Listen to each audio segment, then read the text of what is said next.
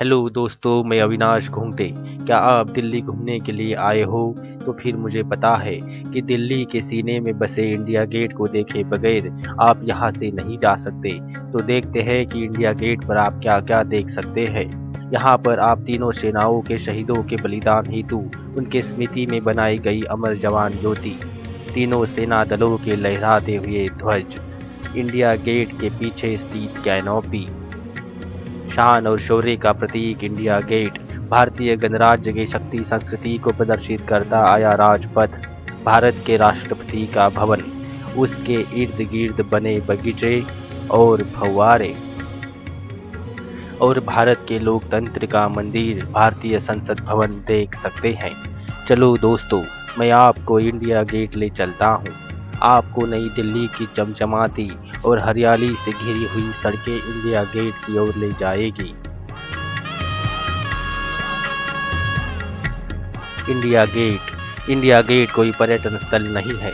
ये तो उन महान 82,000 सैनिकों की याद में बनाया गया था जो प्रथम महायुद्ध में ब्रिटिश सरकार की ओर से लड़ते हुए शहीद हुए थे।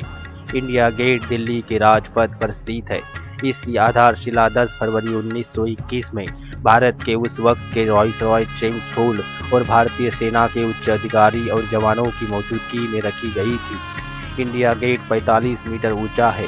इसका डिजाइन उस वक्त के जाने माने युद्ध स्मारकों के वास्तुशिल्पकार सर एडविन लुटियंस ने तैयार किया था। माना जाता है कि उसका डिजाइन रोम के आर्क ऑफ कॉन्स्टेंटाइन, पेरिस के आर्क द ट्रियोम्फ और मुंबई में बसे गेटवे ऑफ इंडिया से प्रेरित है।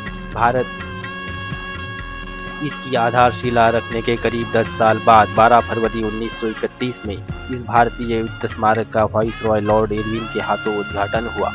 इंडिया गेट की दीवारों पर करीब करीब 13,000 शहीद सैनिकों के नाम अंकित है।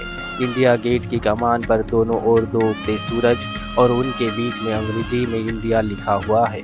बाई और 1914 और दाई और 1919 ऐसे साल भी लिखे हुए हैं। उनके नीचे अंकित है उन शहीदों का वो सम्मान जिनकी याद में इसे बनाया गया। इंडिया गेट दिल्ली हवाई अड्डे से 15 किलोमीटर तथा नई दिल्ली रेलवे स्टेशन से 4 किलोमीटर की दूरी पर है। इंडिया गेट 24 घंटे खुला होता है और इसे देखने के लिए किसी प्रकार की कोई टिकट नहीं लगती। इंडिया गेट के बीचों बीच दिसंबर 1971 में बांग्लादेश मुक्ति के बाद देश की सुरक्षा हेतु शहीद हुए सैनिकों की याद में काले पत्थर में एक स्मारक बनाया गया, जिस पर एक उल्टी राइफल और उसके ऊपर एक युद्ध हेलमेट रखा हुआ है। उसके चारों ओर 4 ज्योतियों की संरचना है जो कि सदैव जलायमान रहती है। इस स्मारक को अमर जवान ज्योति कहा जाता है। भारत के जाने अनजाने शहीद सैनिकों के स्मारक हेतु अखिल भारतीय युद्ध स्मारक के रूप में भी देखा जाता है। यहाँ पर तीनों सेना दलों के ध्वज गर्व से लहराते हैं। एक सच्चे देशभक्त के रूप में हर किसी व्यक्ति का शीश यहाँ आके नतमस्तक हो जाना स्वाभाविक है। हम उन सभी देशभक्त शहीदों को सैल्यूट करते हैं।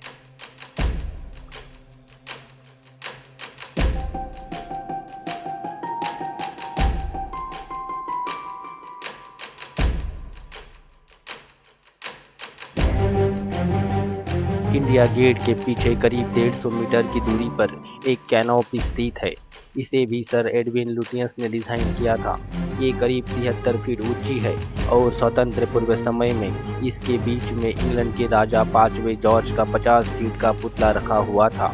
स्वतंत्रता के बाद उसे हटाया गया, जो अभी दिल्ली के कोरोनेशन पार्क में रखा हुआ है। नई दिल्ली की सारी महत्वपूर्ण सड़कें इंडिया गेट से होकर गुजरती है। इंडिया गेट के परिसर को हर साल लाखों लोग भेंट देते हैं। यहाँ हमेशा ही लोगों का तांता लगा रहता है और इसी वजह से फेरी वाले, खिलौने वाले और मनोरंजन वाले लोग भी यहाँ पर देखे जाते हैं।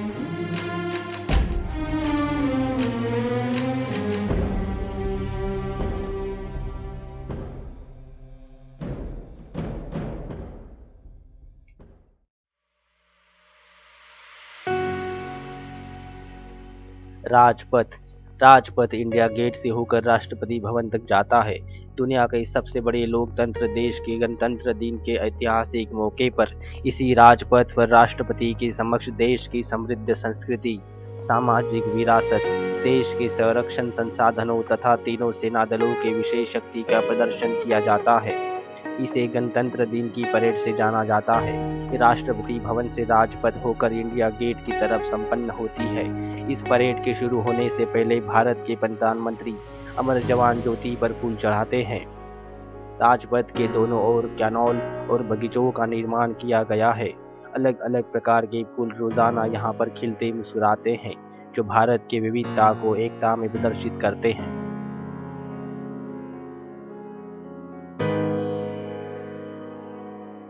राष्ट्रपति भवन।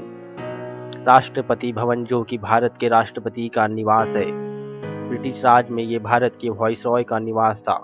नई दिल्ली के रायसीना हिल इलाके में 320 एकड़ में फैला इस शानदार महल, जिसकी मुख्य इमारत में 340 कमरे हैं, जिनका धरातल क्षेत्रफल 2 लाख वर्ग फुट है, भारत के राष्ट्रपति के निवास, कामकाज तथा मेहमानों के लिए इस्तेमाल किया जाता है।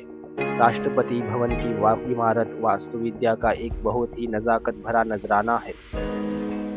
इसके निर्माण में 17 साल लग गए। ब्रिटिश निवास के ठीक सामने 2 और बड़ी बिल्डिंगें हैं।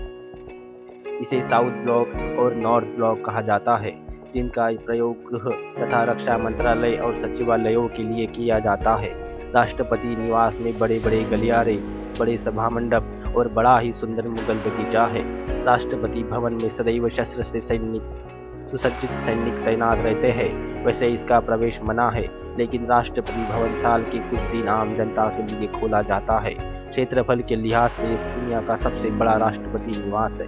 राष्ट्रपति निवास के बगल में ही भारत का संसद भवन स्थित है। ये दुनिया के सबसे बड़े लोकतंत्र के कार्य को एक ही दिशा में बांधने हेतु बनाया गया।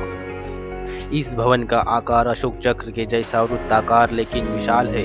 इस भवन में ही भारत की संसदीय कार्यवाही होती है। आमतौर पर संसद भवन का ये इलाका शस्त्रधारी सैनिकों की नजरों में निगहबान रहता है। आम जनता के लिए इसका प्रवेश मना है। कोई देश इसलिए महान नहीं बनता कि आपने वहां जन्म लिया है, बल्कि उसके सेवा में जन्म बिताने, उसे पहले से बेहतर बनाने और आने वाली पीढ़ियों को एक अच्छा कल देने से महान बनता है। ये महान धरोहर हमें विरासत में मिली है और हमारी जिम्मेदारी है इसका जतन करें। तो दोस्तों, ये वीडियो आपको अच्छा लगा तो इस चैनल को लाइक और सब्सक्राइब कीजिए। अपने देश को स्वच्छ और सुंदर रखिए। धन्यवाद।